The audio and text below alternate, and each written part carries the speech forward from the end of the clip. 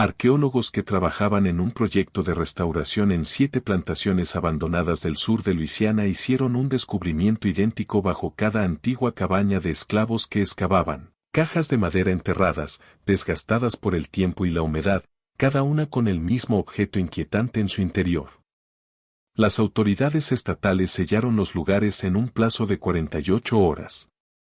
Nunca se publicó un informe formal. A los historiadores locales que insistieron en obtener información se les dijo que los hallazgos eran culturalmente sensibles y que requerían un análisis privado. Pero un investigador de campo que manipuló esas cajas antes de que desaparecieran en archivos universitarios no pudo olvidar lo que vio dentro. Las describió en su diario personal como transfers de memoria, trenzas de memoria, cada una cuidadosamente preservada, envuelta en tela descolorida y atada con un hilo del color de la sangre seca. Antes de continuar con la historia de la plantación Bell Rave y el secreto que yacía bajo su suelo, si te intrigan los misterios enterrados en el pasado de Estados Unidos, pulsa el botón de suscribirte y deja un comentario diciendo desde qué estado nos estás viendo. Nos encanta saber desde dónde nuestros espectadores están descubriendo estas historias olvidadas. El hallazgo que, con el tiempo, llevaría a los arqueólogos a esos 7 sitios de plantaciones comenzó en una mañana húmeda de agosto de 1853, cuando Thomas Gerard, recién nombrado capataz, notó algo inusual en el terreno. Bell Rave se alzaba a orillas del río Mississippi, en la parroquia de Ascensión, Luisiana, una de las decenas de plantaciones azucareras que habían convertido la región en una potencia económica durante las décadas previas a la Guerra Civil. La propiedad se extendía por casi 800 acres de fértiles tierras bajas, con campos que iban desde el dique del río hasta el borde de los pantanos de cipreses. La casa principal, construida al estilo colonial francés, tenía amplias galerías y ventanas altas diseñadas para atrapar cada brisa. Se elevaba 3 pisos por encima de jardines meticulosamente cuidados, donde los magnolios perfumaban el aire. Pero la riqueza de Bell Rave no se construyó con arquitectura ni paisajismo. Venía de la caña de azúcar, miles y miles de acres plantados, cuidados, cortados y procesados por el trabajo de casi 200 personas esclavizadas que vivían en 2 hileras de cabañas detrás de la casa principal. Más allá del granero de carruajes y de la casita del capataz, las cabañas eran estructuras sencillas, 18 pies por 20, hechas de madera de ciprés que se había vuelto gris con el clima y los años. Cada una albergaba entre 6 y 12 personas, según el tamaño de la familia. Tenían pisos de tierra, contraventanas de madera en lugar de ventanas de vidrio, y chimeneas de barro y palos que humeaban mal cuando cambiaba el viento. Las cabañas estaban dispuestas en 2 filas paralelas, una frente a la otra, a lo largo de un camino ancho de tierra apisonada, un pasillo abierto que los residentes mantenían barrido, pese al polvo constante que venía de los campos. Fue ese camino, alisado por décadas de pisadas, el que llamó la atención del capataz aquella mañana de agosto. Thomas Gerard llevaba apenas 3 semanas en Bow Reef. Lo habían contratado para reemplazar al capataz anterior, un hombre llamado Ebert, que murió repentinamente de fiebre en julio. Gerard tenía 32 años, era originario de Nueva Orleans y ambicioso. Había trabajado en plantaciones más pequeñas río arriba y veía Bell Rave como una oportunidad para demostrar que podía manejar una operación grande. El dueño de la plantación, Monsieur Etienne Levesque, pasaba la mayor parte del tiempo en Nueva Orleans y visitaba Bell Rave solo una vez por trimestre para revisar los libros. Las operaciones del día a día recaían por completo en el capataz. Esa mañana, Gerard recorría la hilera de cabañas, realizando su primera inspección exhaustiva de los barracones, cuando notó una irregularidad en el suelo cerca de la tercera cabaña de la fila oriental. La tierra se había asentado de forma desigual, formando una depresión poco profunda de unos 2 pies de ancho. Parecía reciente.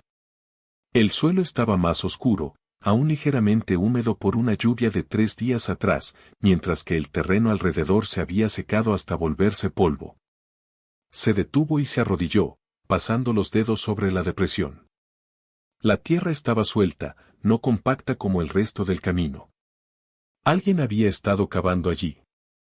Gerard se incorporó y llamó a Henry, uno de los hombres esclavizados que trabajaba como carpintero y encargado de arreglos generales en la plantación.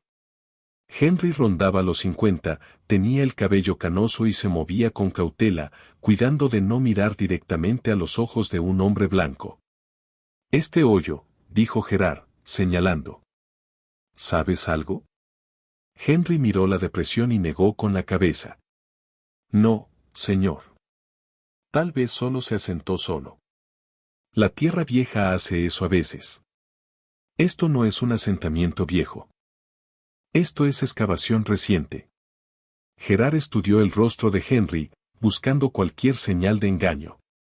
«Alguien ha estado excavando bajo estas cabañas. Quiero saber por qué».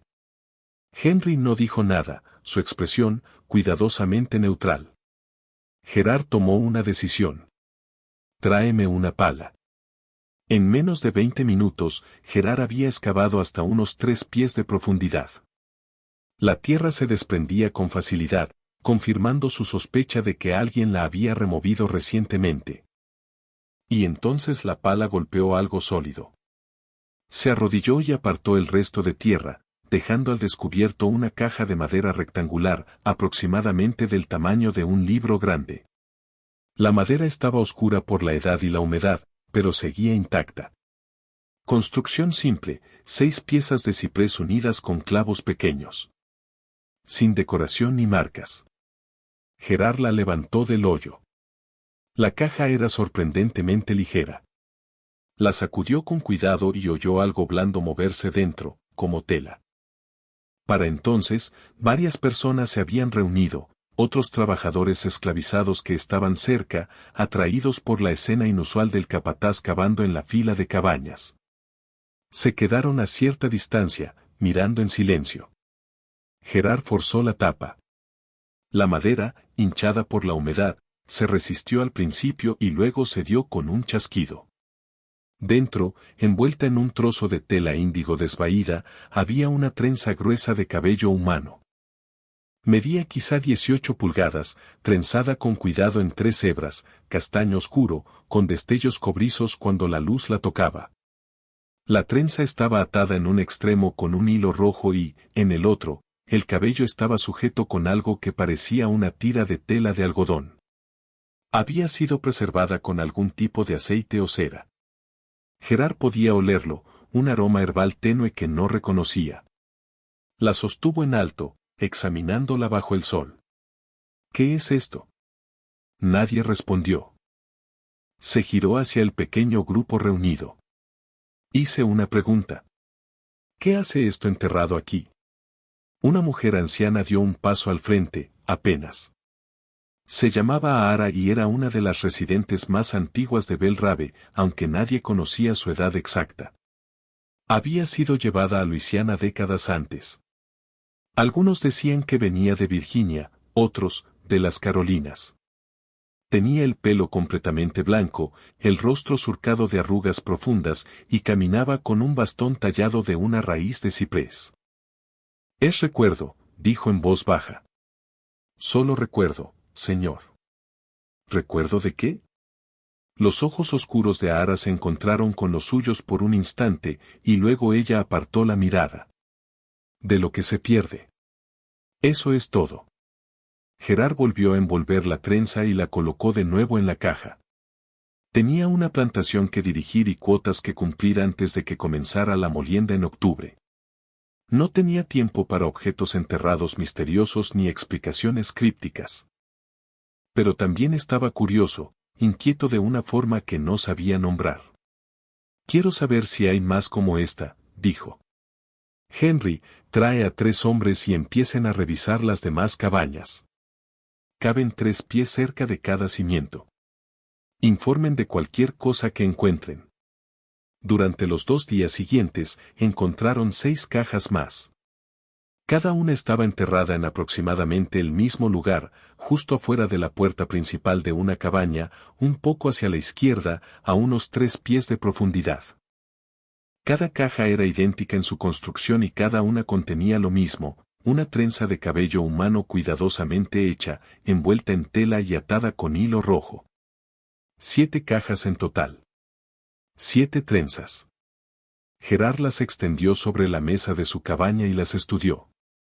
Las trenzas tenían longitudes distintas, la más corta, de unas 12 pulgadas, la más larga, de casi 2 pies. También variaban en tonos, desde castaño muy oscuro hasta un auburn más claro. Todas se veían claramente cuidadas, preservadas con aceite, trenzadas con precisión. Llevaba suficiente tiempo como capataz para saber que las comunidades esclavizadas tenían sus propias costumbres, sus propias creencias, prácticas que los dueños blancos rara vez entendían o siquiera les importaban.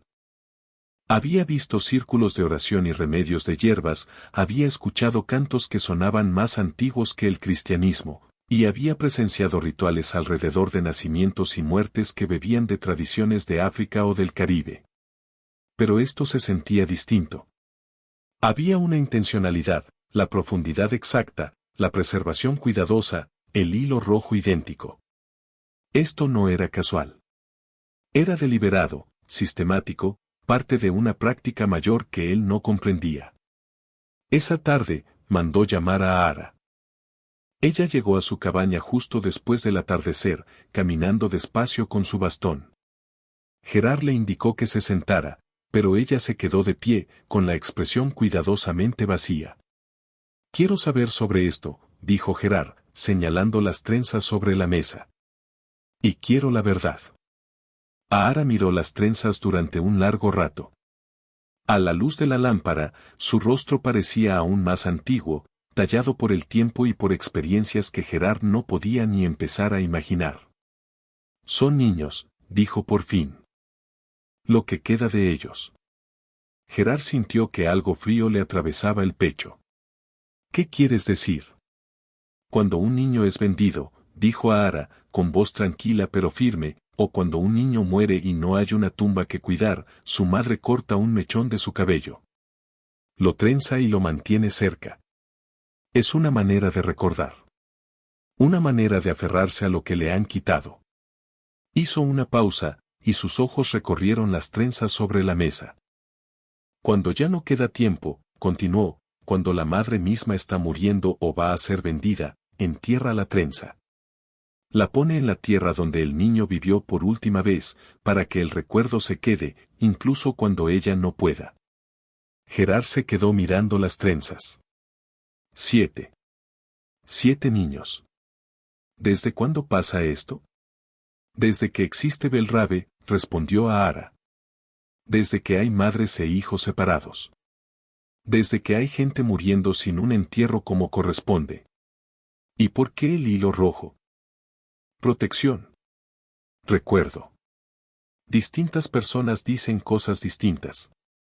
La mano de Ara se apretó sobre el bastón. «¿Importa?»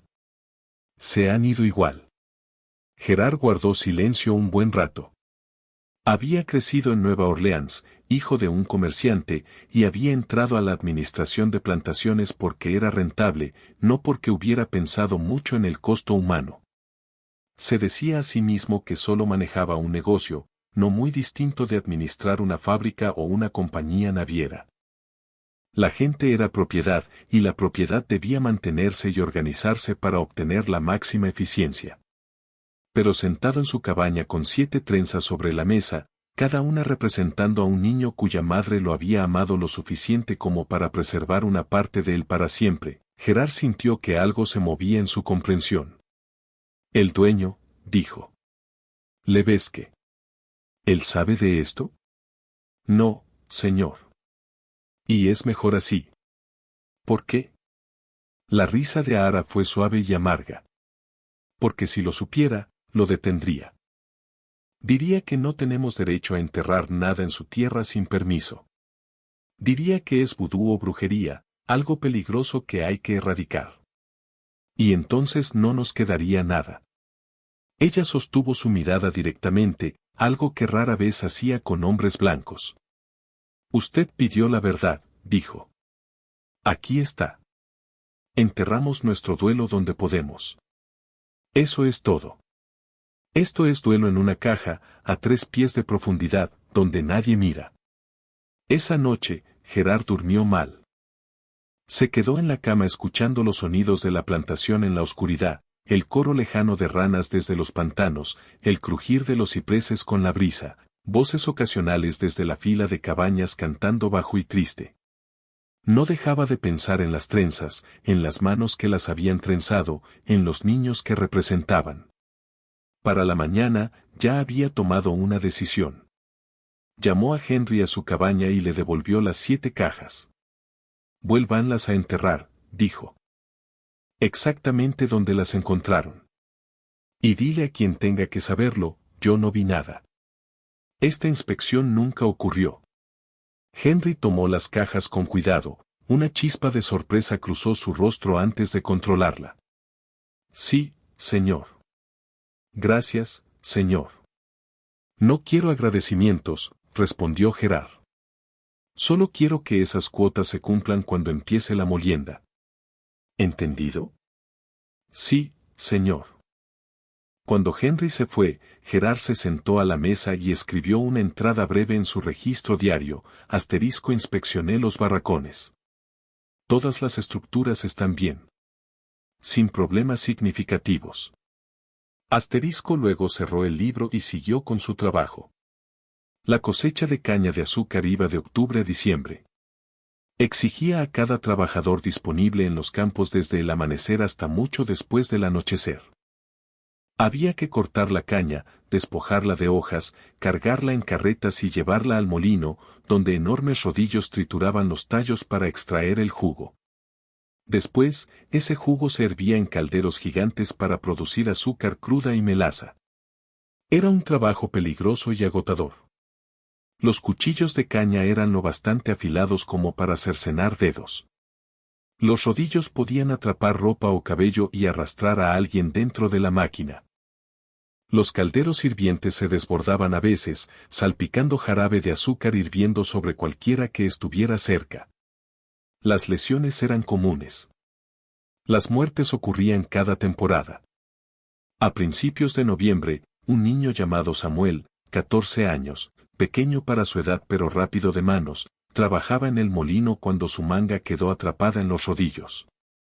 Lo succionaron antes de que nadie pudiera detener la maquinaria. Extrajeron su cuerpo en pedazos. Su madre se llamaba Charlotte.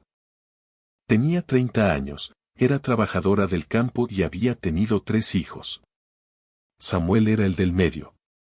La mayor, una hija llamada Wille, había sido vendida a una plantación en Texas 2 años antes para saldar una deuda. El menor, un niño de 7 llamado James, todavía vivía con ella en la cabaña que compartían con otras 2 familias. Gerard estaba presente cuando le dijeron a Charlotte lo de Samuel. Ella no gritó ni se desplomó. Simplemente se quedó inmóvil, con el rostro endureciéndose como piedra. Luego se alejó del molino, cruzó los campos y entró en su cabaña. No salió durante 3 días. Cuando por fin emergió, se había cortado el cabello muy corto, arrancándolo a tijeretazos toscos con un cuchillo. Volvió al trabajo en los campos sin explicación, moviéndose entre las hileras de caña como una mujer hecha de silencio. Una semana después, Gerard notó tierra removida cerca de la cabaña de Charlotte. Se quedó mirando el suelo alterado durante mucho tiempo. Pensó en detenerlo, en mantener cierto orden y consistencia en la manera en que funcionaba la plantación. Pero también recordó las 7 trenzas sobre su mesa y las palabras de Ara: enterramos nuestro duelo donde podemos. Se alejó sin investigar más. Justo cuando creíamos entender el propósito de esas cajas enterradas, la historia de Bell Rave da un giro inesperado. Si sientes el peso de este misterio, pulsa me gusta y comparte este video con alguien que aprecie los relatos históricos oscuros. Continuemos. El invierno llegó a Luisiana, si es que se le puede llamar así. Temperaturas más frescas. Lluvia en lugar de la humedad asfixiante del verano. Mañanas ocasionales en las que la escarcha tocaba los campos. La molienda terminó a mediados de diciembre y el ritmo de trabajo se desaceleró un poco. Gerard llevaba casi 5 meses en Bell Rave. Se había adaptado al ritmo de la administración de la plantación, aprendiendo las personalidades y la política del lugar. Había identificado a quienes tenían influencia dentro de la comunidad esclavizada, a Ara, sin duda, y un hombre llamado Marcus, que actuaba como una especie de mediador extraoficial cuando surgían disputas entre familias. También estaba Marie, una mujer que trabajaba en la casa principal como cocinera y que parecía saber todo lo que ocurría en la plantación antes que nadie. Fue Marie quien mencionó por primera vez el patrón a Gerard. Una mañana de finales de diciembre le llevó el desayuno, café, tortas de arroz e higos en conserva, y, mientras dejaba la bandeja, dijo con aparente despreocupación: ¿Se dio cuenta de que todas esas cajas que usted desenterró, eran todas de la fila del este? Gerard levantó la vista. Marie tenía 40 y tantos, era robusta y de mirada afilada, el tipo de mujer que no se le escapaba nada. ¿Y eso qué? Solo es curioso, dijo Marie. La fila del este son las cabañas más viejas. Están ahí desde antes de que yo naciera, y yo llevo aquí 32 años, para la primavera. ¿Y? Pues que tal vez hay más de 7, respondió Marie, acomodando los platos sobre la mesa con una precisión cuidadosa. Tal vez 7 es solo lo que usted encontró con la excavación reciente. Tal vez hay otras más profundas, de años pasados. Gerard dejó la taza de café. ¿De cuántos años estamos hablando? Marie se encogió de hombros. Belrabe cultiva azúcar desde 1809. Esos son 44 años de madres e hijos. Haga la cuenta. Se fue antes de que pudiera preguntar algo más. Esa tarde, Gerard fue a la casa principal y solicitó acceso a la sala de registros. El administrador de la finca de Monsieur Levesque, un meticuloso criollo llamado Baptiste, llevaba libros contables desde la fundación de la plantación, registros de nacimientos, muertes, compras y ventas, todo documentado con la caligrafía cuidadosa de Baptiste. Gerard pasó horas revisando esos libros. Las cifras eran abrumadoras.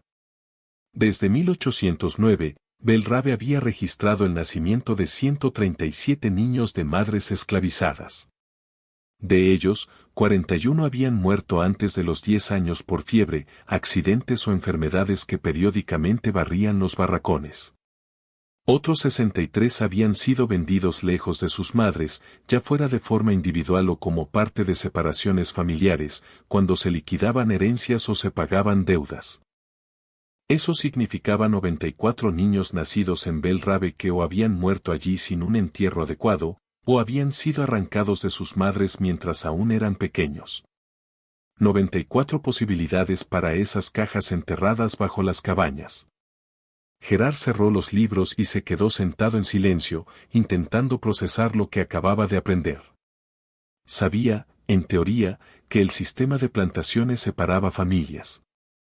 Todos lo sabían. Era parte de cómo funcionaba la economía. Los niños podían venderse con fines de lucro y las madres casi nunca tenían respaldo legal para impedirlo. Pero ver el número, nombre tras nombre en los libros de Baptiste, cada uno representando reopening, a specific child and a specific grief, lo volvió real de una manera que Gerard no se había permitido considerar. Pensó en su propia madre, que murió cuando él tenía 12 años. Recordó cómo el duelo había devorado a su padre durante meses, cómo el hombre se había refugiado en el silencio y en el trabajo, incapaz de hablar de su pérdida. ¿Cómo habría sido, se preguntó Gerard, perder a un hijo y ni siquiera tener permiso para llorarlo a la vista de todos? Tener que esconder ese dolor, enterrarlo, literalmente, en la tierra, y señalarlo solo con una trenza de cabello y un trozo de hilo rojo. Salió de la sala de registros y regresó a su cabaña mientras el sol se hundía en el horizonte. El cielo estaba atravesado por franjas naranjas y moradas, hermoso de una manera indiferente. Desde la hilera de cabañas llegaban el olor de los fuegos de cocina y el murmullo de las conversaciones nocturnas, gente cerrando la jornada y reuniéndose en el poco tiempo privado que les quedaba. Esa noche, Gerard tomó otra determinación. Iba a documentar las cajas, no para denunciarlas ni para detenerlas, sino para comprenderlas. Para dejar un testimonio que, algún día, alguien pudiera considerar valioso. Empezó a llevar un cuaderno aparte, escondido en su cabaña, donde anotaba todo lo que observaba sobre esa práctica de entierro. Cuando aparecía tierra removida junto a una cabaña, registraba la fecha y el lugar. Cuando se enteraba de la muerte o la venta de un niño, lo apuntaba junto al entierro que sospechaba que vendría después. Durante el año siguiente, documentó 9 entierros más. Cada uno repetía el mismo patrón, una caja de aproximadamente 12 por 8 por 6 pulgadas, enterrada a 3 pies de profundidad, siempre a la izquierda de la entrada principal de la cabaña, siempre con una trenza envuelta en tela y atada con hilo rojo. Gerard no intervenía jamás. Solo observaba y dejaba constancia. En agosto de 1854, Belrabe recibió aviso de que Monsieur Levesque haría una visita prolongada, 2 semanas completas, en lugar de su inspección habitual trimestral de una sola noche. Traería invitados de Nueva Orleans, varios plantadores ricos y sus esposas, interesados en recorrer las operaciones azucareras. Eso significaba que la plantación debía mostrarse en su mejor versión. Se limpió a fondo la casa principal, se prepararon las habitaciones de huéspedes y se arreglaron los jardines. A Gerard se le ordenó garantizar que todas las áreas de trabajo estuvieran en orden, y que los trabajadores esclavizados se vieran bien mantenidos y diligentes. Parte de esa preparación consistía en mejorar la apariencia de la fila de cabañas. Baptiste, el administrador de la finca, recorrió los barracones con Gerard y elaboró una lista de reparaciones necesarias, cabañas que requerían contraventanas nuevas, chimeneas que debían reconstruirse, y varias estructuras cuyos maderos de cimentación presentaban una podredumbre significativa y necesitaban ser derribadas y reemplazadas. 3 cabañas fueron señaladas para demolición total y reconstrucción. Las 3 estaban en la fila del este, las estructuras más antiguas, la misma zona donde Gerard había encontrado las 7 cajas originales. Gerard sintió que algo se le hundía en el pecho. ¿No podríamos simplemente repararlas?, preguntó. Baptiste negó con la cabeza. Los cimientos están perdidos. La podredumbre llega demasiado profundo. Sea más barato reconstruir que intentar salvar lo que queda. ¿Y qué pasa con la gente que vive allí? Los moveremos temporalmente a otras cabañas durante la obra, dijo Baptiste. Se amontonarán unas semanas. Ya se ha hecho antes. Gerard sabía que no podía impedirlo. Levesque quería que la plantación luciera próspera ante sus invitados, y eso significaba retirar cualquier estructura que pareciera vieja o deteriorada. Pero también significaba excavar esos cimientos y, con ello, correr el riesgo de sacar a la luz decenas de cajas enterradas. Fue a buscar a Ara. Ella estaba en el huerto detrás de la hilera de cabañas, arrancando maleza con otras mujeres. Cuando Gerard se acercó, las demás se apartaron, dejándoles privacidad. Las 3 cabañas del extremo norte de la fila del este, dijo Gerard en voz baja. Las derriban la próxima semana. Van a sacar los cimientos. Van a construir estructuras nuevas. Las manos de Ara se quedaron quietas en la tierra. No levantó la vista. No puedo detenerlo, continuó Gerard. Pero quería que lo supieras. Si hay algo que deba moverse, tiene que hacerse antes de que los obreros empiecen a cavar. Ara se puso de pie despacio, sacudiéndose el polvo de las manos. Su rostro no dejaba leer nada. ¿Por qué me dices esto? Porque me parece justo que lo sepas. Ella lo miró durante un largo momento. Usted es un tipo extraño de capataz, monsieur. Quizá.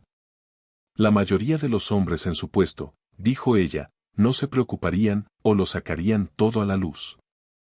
Harían un ejemplo. Lo impedirían para que no siguiera. No voy a detener nada, respondió Gerard.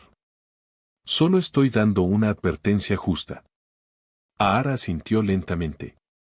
Entonces le agradezco esa advertencia.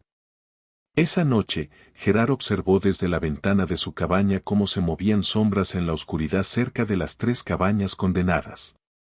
No distinguía con claridad, pero alcanzaba a ver figuras cavando, excavando con cuidado y sacando cajas de la tierra.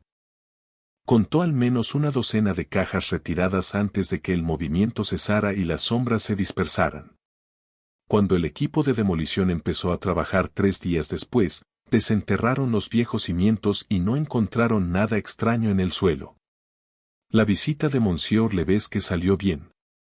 Sus invitados admiraron la eficiencia de la plantación, la calidad del azúcar que se producía, la organización de las operaciones. Felicitaron a Gerard por su gestión, y Levesque dejó caer la posibilidad de un bono si la próxima cosecha superaba las expectativas. Durante esa visita, Gerard observó cómo Levesque y sus invitados hablaban de la plantación, de rendimientos y mercados, del precio del azúcar en Nueva Orleans y de la competencia de productores caribeños, de nuevas máquinas de molienda que se desarrollaban en Francia. Hablaban de los trabajadores esclavizados como hablaban de las máquinas o de las variedades de caña, como herramientas, como inversiones, como variables dentro de una ecuación económica compleja. En cierto momento, uno de los plantadores visitantes comentó lo bien portados que parecían los trabajadores de Bel Rabe, y Levesque atribuyó eso al estilo de gestión firme pero justo de Gerard. Gerard aceptó el cumplido con un gesto de cabeza, pero por dentro se sintió enfermo. Pensó en esas cajas, escondidas, reubicadas ahora en lugares secretos que él nunca encontraría. Pensó en Charlotte, todavía trabajando en los campos con el cabello cortado al ras, cargando un dolor que nadie reconocía. Pensó en Ahara, que había sobrevivido décadas dentro de ese sistema y, aún así, conservaba su dignidad y su fuerza silenciosa. Esa gente no estaba bien portada. Estaba sobreviviendo. Después de que Levesque y sus invitados se marcharon, Gerard volvió a su rutina. Pero algo dentro de él había cambiado. Se descubrió cuestionando cosas que antes daba por sentadas, la legitimidad de todo el sistema, su propio papel en perpetuarlo, el costo moral de tratar a seres humanos como propiedad. Siguió con su diario secreto, registrando los entierros, intentando construir algún tipo de testimonio que pudiera importar algún día.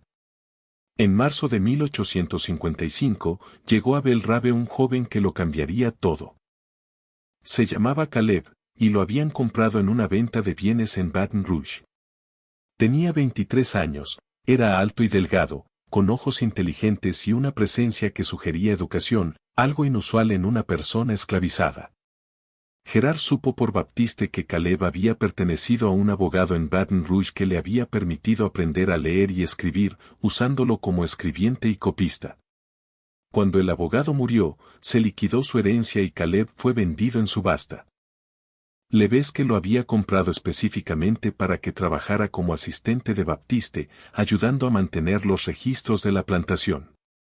Al principio, Caleb se mantuvo callado, evaluando con claridad su nuevo entorno, aprendiendo las reglas no escritas y las dinámicas sociales de Bel Rabe.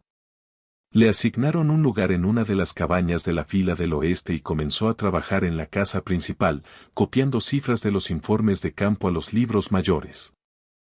Gerard no le prestó demasiada atención al principio. Pero unas 6 semanas después de la llegada de Caleb, Marie mencionó algo que despertó el interés de Gerard. Ese nuevo, Caleb, dijo mientras le servía la cena a Gerard. Ha estado haciendo preguntas. ¿Qué tipo de preguntas? Sobre las cabañas. Sobre las familias. Sobre quién lleva aquí más tiempo y quién conoce la historia. Marie dejó un plato de cerdo con frijoles. Lo hace con cuidado. No presiona, pero es curioso. Pensé que debía saberlo. Gerard asintió. Lo vigilaré. Pero él también tenía curiosidad. ¿Qué estaba buscando Caleb? Obtuvo la respuesta 2 semanas más tarde, cuando Caleb pidió una reunión privada. Era inusual que una persona esclavizada solicitara acceso formal al capataz, pero Caleb lo hizo por los canales adecuados, pidiéndole a Baptiste que transmitiera su solicitud. Gerard, intrigado, aceptó. Caleb llegó a la cabaña justo después del atardecer. Se mantuvo erguido y sostuvo la mirada de Gerard, no con desafío, sino con una franqueza que sugería que estaba acostumbrado a ser tratado como algo más que propiedad. Señor, le agradezco que me reciba, empezó Caleb. ¿De qué se trata? Caleb dudó, eligiendo las palabras con cuidado. He escuchado cosas desde que llegué aquí. Sobre una práctica. Madres que entierran cajas bajo las cabañas, cajas con cabello de los hijos que han perdido. La expresión de Gerard no cambió, pero su mente se aceleró. ¿Cómo se había enterado Caleb de eso? Y, dijo Gerard con neutralidad. Quiero documentarlo, respondió Caleb. De forma adecuada. Crear un registro escrito de lo que se preserva y por qué. ¿Y por qué querrías hacer eso? La mandíbula de Caleb se tensó. Porque nadie más lo hará. Porque el sistema en el que vivimos no valora la memoria ni el duelo cuando vienen de gente como nosotros. Todo se pierde, familias separadas, historias borradas, dolor olvidado. Se detuvo y continuó. Estos entierros son un acto de preservación. Merecen ser registrados. Luego, tras un breve silencio, añadió. Sé que usted los ha estado documentando. Encontré su diario. Gerard sintió una punzada de alarma. Revisaste mis pertenencias personales. Estaba archivando papeles en su cabaña cuando tiré sin querer una pila de libros, dijo Caleb. Su diario se cayó.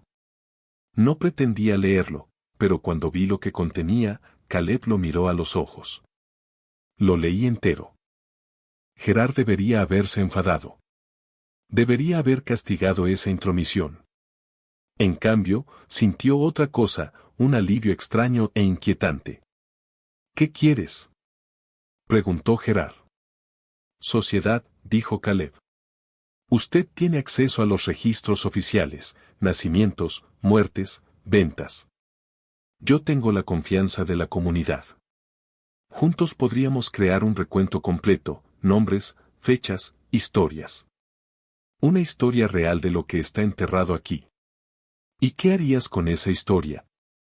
Mantenerla a salvo, respondió Caleb. Transmitirla. Asegurar que algún día, cuando este sistema termine por fin, exista un registro de lo que se soportó y de lo que se preservó a pesar de todo. Gerard estudió al joven que estaba de pie en su cabaña, pidiendo algo que podría meterlos a ambos en serios problemas si los descubrían. Esto es peligroso, dijo Gerard. Para los dos. Sí, señor. Si le ves que se enterara, conozco los riesgos. Gerard pensó en los 94 niños en los libros de Baptiste, en Charlotte y su duelo silencioso, en las cajas movidas en la oscuridad para salvarlas de ser encontradas. De acuerdo, dijo. Pero lo hacemos con cuidado, y nada sale de esta cabaña. ¿Entendido? Entendido. Durante el año siguiente, Gerard y Caleb trabajaron juntos en lo que, en privado, llamaban el proyecto de la memoria. Caleb, con su capacidad de moverse tanto dentro de la comunidad esclavizada como en los espacios administrativos de la plantación, reunió información a la que Gerard jamás habría podido acceder por sí solo. Aprendió las historias detrás de los entierros, qué cajas correspondían a qué niños, cómo las madres habían preservado el cabello, qué significaba el hilo rojo en distintas tradiciones familiares. Gerard aportó los registros oficiales, fechas y documentación que daban estructura a las historias que Caleb recopilaba. Juntos crearon un libro detallado que contaba la historia oculta de Bel Rabe.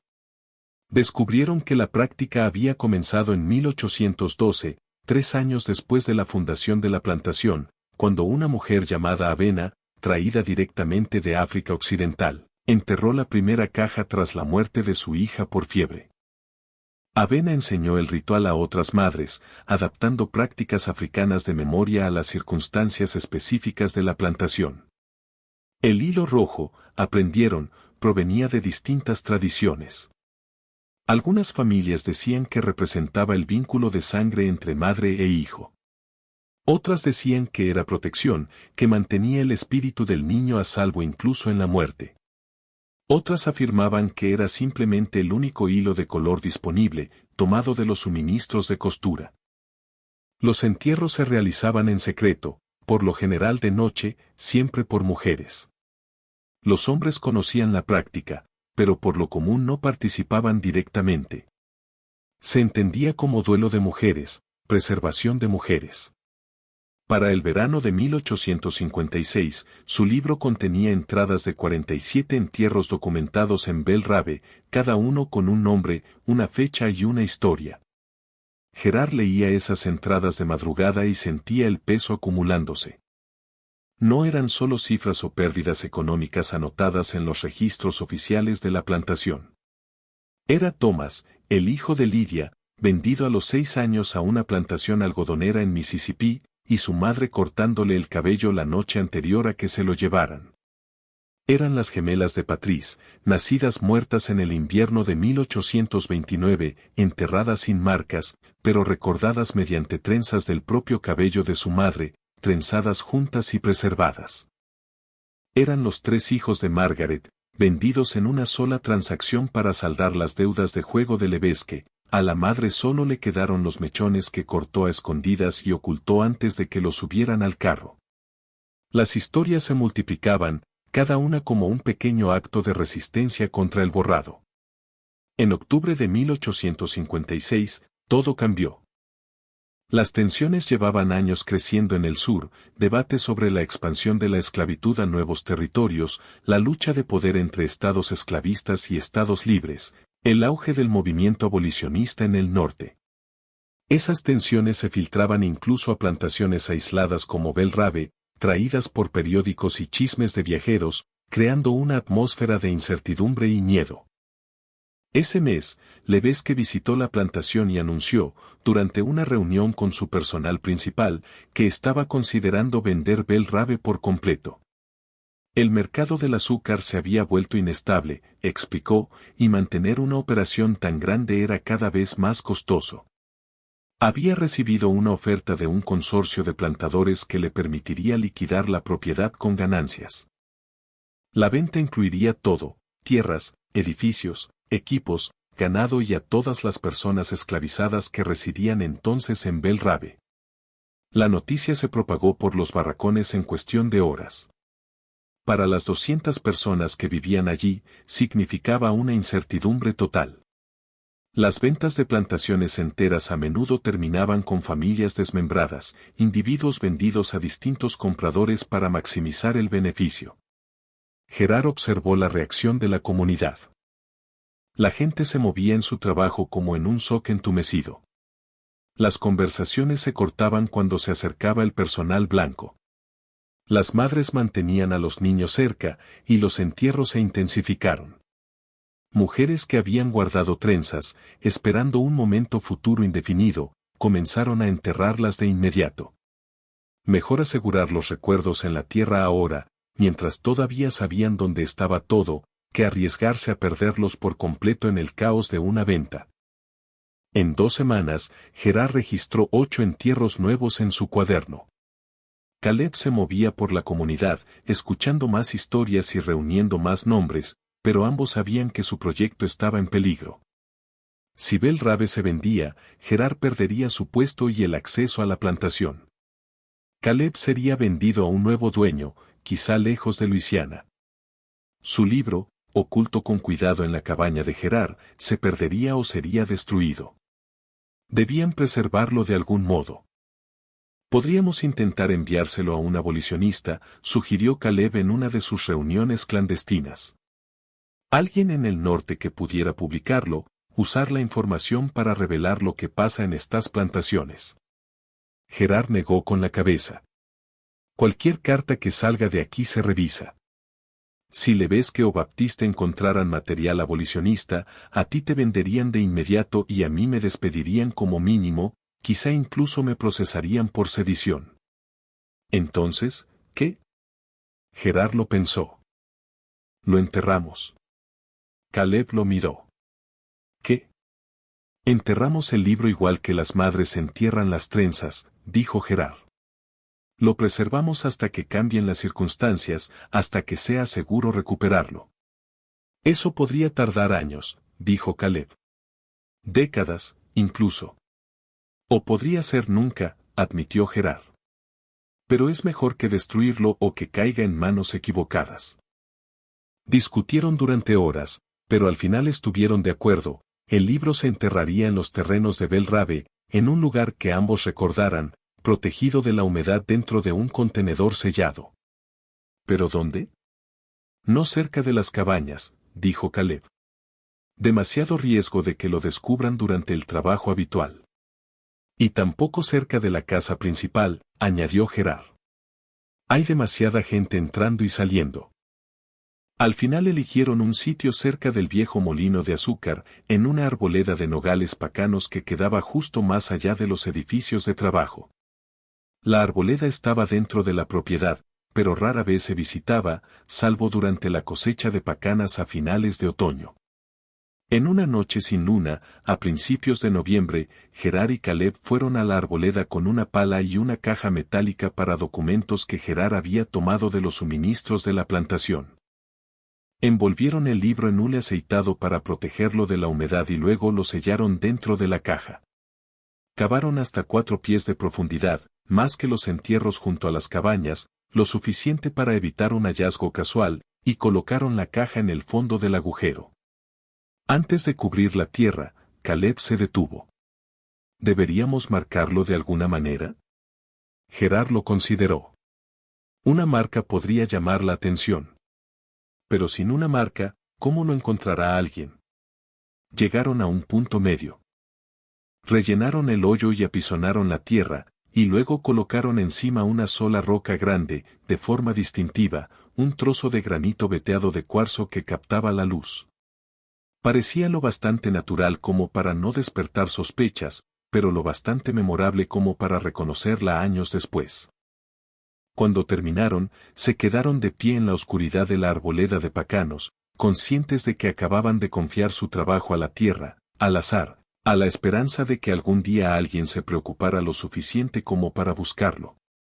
Si me venden, dijo Caleb en voz baja, intentaré regresar algún día cuando sea seguro. Si yo sigo aquí, respondió Gerard, protegeré este lugar. Me aseguraré de que no lo toquen. Se dieron la mano, un gesto inusual entre un capataz y un hombre esclavizado, pero que en ese momento pareció necesario. La venta de Bel Rabe se vino abajo. Los posibles compradores de Lebesgue, asustados por la creciente inestabilidad política y los rumores de una guerra entre el norte y el sur, retiraron su oferta en enero de 1857. La plantación seguiría en manos de Lebesgue. Y después de todo aquello, la noticia dejó sentimientos encontrados en todos los que vivían en Bel Rabe. Hubo alivio porque las familias no serían separadas de inmediato, pero también hubo resignación. Las circunstancias esenciales no habían cambiado. Seguían siendo propiedad, todavía a merced de un dueño que los veía como activos económicos. Gerard siguió como capataz. Caleb continuó trabajando con Baptiste. Su libro de registro permaneció enterrado en la asterisco arboleda de pacanos, con el lugar señalado por una roca veteada de cuarzo. La vida en Bel Rabe mantuvo sus patrones de siempre, siembra y cosecha, nacimientos y muertes, la lenta acumulación de recuerdos enterrados en cajas bajo las cabañas. Pero algo había cambiado. El intento de venta fallido le recordó a todos lo frágil que era su estabilidad, lo rápido que todo podía desmoronarse. La historia de las memorias enterradas de Bel Rabe se acercaba a su clímax. Pero el capítulo más oscuro aún estaba por llegar. Si estas historias ocultas te tienen atrapado, comparte este video con alguien que valore los relatos olvidados. Y no olvides darle a suscribirte. Vamos a ver cómo se desarrolla todo esto. La guerra civil llegó a Luisiana poco a poco, como una fiebre que se forma durante meses. Primero llegaron las noticias de lugares lejanos, disparos en Fort Sumter en abril de 1861, estados separándose de la Unión, ejércitos organizándose. Luego los efectos se acercaron, la propia secesión de Luisiana, jóvenes blancos de parroquias cercanas marchándose al servicio militar, escasez de suministros cuando las rutas comerciales se interrumpieron. Para 1862, la guerra ya había alcanzado de lleno la parroquia de Ascensión. Las fuerzas de la Unión tomaron control de Nueva Orleans en abril de ese año, y su presencia se expandió gradualmente río arriba por el Mississippi. Las plantaciones a lo largo del río quedaron en territorio disputado, a veces bajo control confederado, a veces bajo ocupación de la Unión, a veces en una tierra de nadie caótica donde ninguna autoridad lograba imponerse. Belle Rave estaba justo en el centro de esa zona incierta. Monsieur Levesque, al reconocer el peligro, partió hacia Baton Rouge a principios de 1862, llevándose su propiedad portátil más valiosa, plata, documentos importantes, reservas de efectivo. Dejó a Baptiste a cargo con instrucciones de mantener la operación el mayor tiempo posible y proteger la tierra de una incautación por parte de la Unión. Pero proteger una plantación azucarera durante una guerra civil era casi imposible. La primera patrulla de la Unión llegó a Belle Rave en junio de 1862, un grupo de soldados haciendo reconocimiento y requisando suministros. Se llevaron 20 barriles de melaza, 3 caballos y un carro, dejando un recibo que Baptiste sabía que jamás sería pagado. La población esclavizada de Belle Rave observó esos acontecimientos con un interés cauteloso. Los soldados de la Unión significaban cosas distintas para personas distintas. Algunos los veían como liberadores, otros, como otra forma de autoridad blanca, y otros, como una incógnita peligrosa que podía empeorar su situación en lugar de mejorarla. Cuando la patrulla se marchó, se llevó consigo a 3 jóvenes de Belle Rave, hombres que decidieron arriesgarse y huir para unirse a la causa de la Unión como obreros o soldados. Gerard los vio irse y no hizo nada para detenerlos. ¿Para qué? El viejo orden se estaba derrumbando. Todos podían sentirlo. En los meses siguientes, más personas abandonaron Belle Rave. Algunos fueron hacia las líneas de la Unión.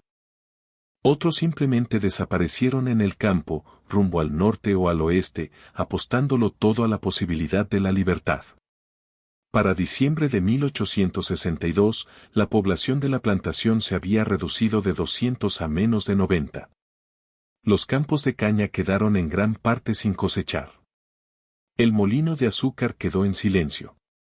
Y los entierros se detuvieron, no porque el dolor terminara, sino porque el ritual exigía estabilidad. Exigía una conexión con el lugar y con la comunidad. Con todo fragmentándose, con la gente dispersándose hacia destinos inciertos, la práctica de enterrar trenzas de memoria perdió su ancla.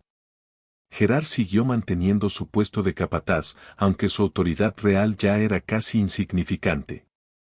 En esencia, era el cuidador de una hacienda que se apagaba. Pensaba a menudo en el libro enterrado en la arboleda de Pacanos. Una parte de él quería desenterrarlo y conservarlo de manera más permanente, ahora que todo estaba cambiando. Pero también sabía que el lugar más seguro seguía siendo el suelo, esperando. Caleb también seguía en Belle Rave, uno de los pocos que eligió quedarse en lugar de huir. Cuando Gerard le preguntó por qué, Caleb respondió simplemente, alguien tiene que recordar dónde están enterradas las cosas. Los dos sabían exactamente a qué se refería. En febrero de 1863, todo llegó a un punto crítico. Una fuerza mayor de la Unión llegó a Belle Rave, esta vez no era solo una patrulla, sino una compañía de ocupación. Se apoderaron de la casa principal como cuartel general, tomaron el molino de azúcar y las dependencias para almacenamiento y establecieron una presencia militar formal. Su comandante, el capitán William Harrison, de Ohio, informó a Baptiste que Belle Rave quedaba bajo autoridad de la Unión y que todas las personas esclavizadas en la propiedad serían consideradas contrabando de guerra, una condición legal ambigua, no del todo libres, pero ya no propiedad de su antiguo dueño. A los residentes que quedaban en Belle Rave se les dijo que podían irse si lo deseaban, o quedarse y trabajar por un salario pagado por el ejército de la Unión. La mayoría decidió quedarse, al menos al principio. ¿A dónde irían? ¿Cómo sobrevivirían sin recursos, sin conocer el mundo más allá de la plantación, sin garantías de seguridad en ningún sitio? Pero la relación de la comunidad con Belle Rave había cambiado de manera fundamental. Las cabañas, que bajo la esclavitud habían sido espacios de vida controlada, se convirtieron en refugios temporales, ocupados por personas que tomaban decisiones diarias sobre su propio futuro. Algunos sí se fueron poco a poco, de uno en uno o de dos en dos, conforme armaban planes o encontraban oportunidades en otros lugares. Y antes de irse, muchos regresaron a los sitios de sus cabañas y desenterraron las cajas que habían enterrado. Gerard vio que eso ocurría y lo entendió. Los entierros habían sido una forma de preservar memoria en un lugar donde la gente no tenía control sobre su propia vida. Ahora, con el control regresando, los recuerdos podían llevarse en lugar de enterrarse. Las madres recuperaron trenzas que habían enterrado años atrás y las envolvieron con cuidado en tela para llevárselas. Algunas cajas quedaron atrás, las de quienes ya habían muerto o habían sido vendidos, memorias sin nadie vivo que pudiera reclamarlas. Durante esas semanas, Caleb trabajó para documentar todo lo posible, hablando con la gente antes de que se marchara y registrando sus historias. Sus notas llenaron varios cuadernos, todos escondidos con cuidado en su cabaña. En marzo, el capitán Harrison anunció que Bow Red sería ocupada de forma permanente y convertida en un campamento de contrabando, un centro de refugiados para personas antes esclavizadas que huían de otras plantaciones de la región. Eso implicaba cambios importantes en la propiedad.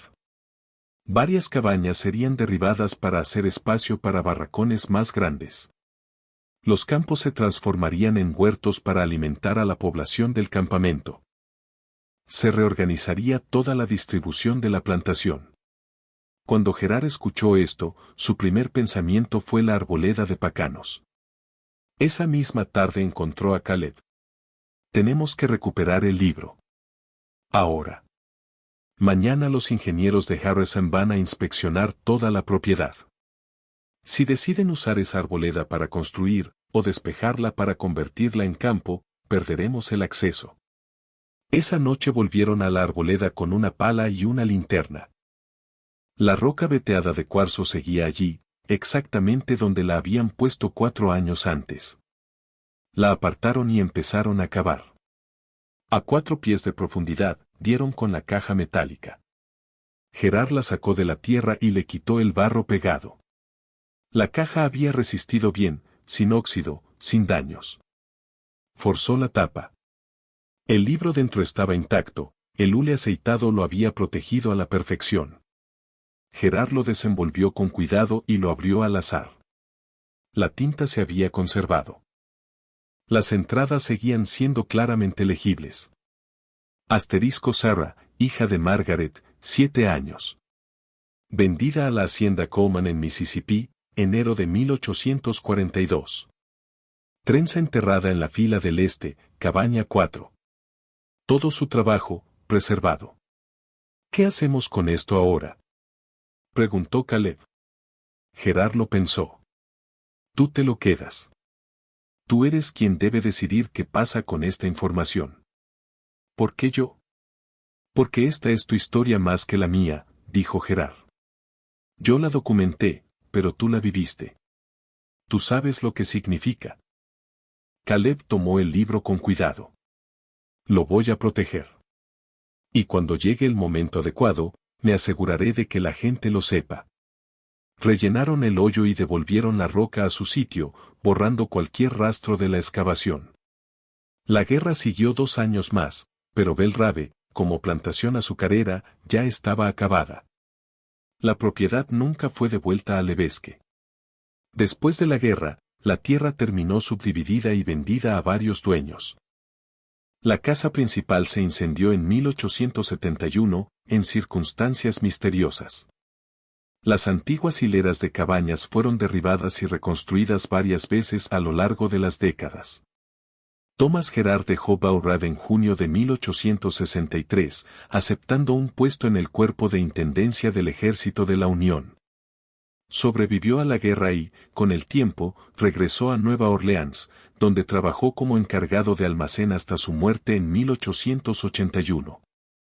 Su diario personal, que contenía sus observaciones sobre Belle Rave, fue donado a la Sociedad Histórica de Luisiana en 1924 por su nieta. Hoy forma parte de la colección de la Sociedad sobre la Guerra Civil, aunque pocos han prestado verdadera atención a las secciones sobre las prácticas de entierro. Caleb adoptó el nombre asterisco Kellogg Freeman tras la emancipación, no como símbolo, sino porque Freeman había sido el apellido familiar de su madre antes de que la vendieran. Llevó el libro consigo a Nueva Orleans, luego a Texas y, finalmente, a Kansas, donde se estableció en una comunidad de personas anteriormente esclavizadas, construyendo nuevas vidas en el oeste de posguerra. Antes de morir en 1903, Caleb entregó el libro a su hija, Ruth, con instrucciones de preservarlo como historia familiar. Ruth se lo pasó a su propia hija en la década de 1940.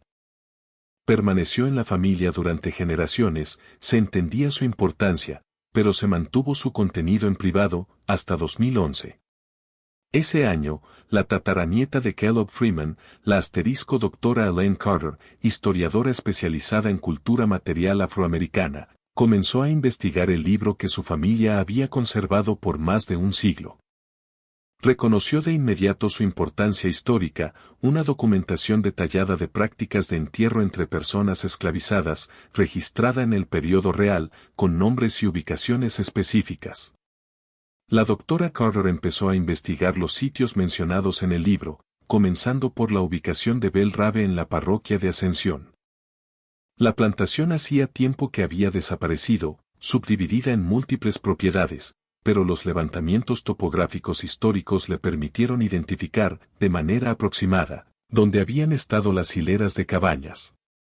En 2013, se asoció con el Departamento de Arqueología de la Universidad Estatal de Luisiana para realizar excavaciones exploratorias en lo que habían sido los terrenos de Bell Rave, hoy mayormente tierra agrícola y pequeños desarrollos residenciales. Encontraron la primera caja en octubre de 2013, enterrada a 3 pies de profundidad en lo que habría sido la fila oriental de cabañas. Dentro había una trenza de cabello envuelta en tela descolorida, atada con un hilo rojo, exactamente como describía el libro. Durante los 3 años siguientes, trabajando en lo que había sido Bell Rave y en otras 6 plantaciones mencionadas en el libro, los arqueólogos hallaron 31 cajas más, todas con lo mismo. Los hallazgos se documentaron, las cajas se preservaron con cuidado, y el contenido se analizó con el respeto total que merecen los objetos sagrados. Pero el proyecto también generó controversia. Algunos descendientes de las familias mencionadas en el libro consideraban que los entierros debían permanecer intactos, que excavarlos era una violación, incluso si se hacía con respeto. Otros sostenían que los descubrimientos debían documentarse y compartirse con fines educativos. Las autoridades estatales, sin tener claro cómo manejar la situación, terminaron sellando los sitios de excavación y restringiendo el acceso mientras debatían protocolos apropiados. Las cajas recuperadas se colocaron en almacenamiento con control climático en LSU, disponibles para investigación académica, pero no para exhibición pública. La doctora Carter publicó sus hallazgos en revistas académicas y presentó el contenido del libro en varias exposiciones de museo, siempre resaltando la humanidad y la agencia de las personas que crearon estos entierros. Las propias trenzas de memoria, aquellas que no fueron recuperadas por sus familias en la década de 1860, siguen en almacenamiento archivístico. Testimonio de una práctica de preservación que sobrevivió a la esclavitud, sobrevivió a la guerra y sobrevivió a más de un siglo de silencio. Cada trenza representa a un niño que vivió, que fue amado, que fue recordado, incluso cuando el sistema en el que nació intentó borrarlo por completo. Las madres que enterraron esas cajas no pudieron haber imaginado que su duelo sería desenterrado y estudiado 150 años después. Solo hacían lo que podían para resistir el borrado, marcar sus pérdidas, crear memoria cuando todo lo demás les era arrebatado. Enterraron el cabello de sus hijos a 3 pies de profundidad y confiaron en que la tierra guardaría lo que ellas no podían. Y la tierra mantuvo esa confianza.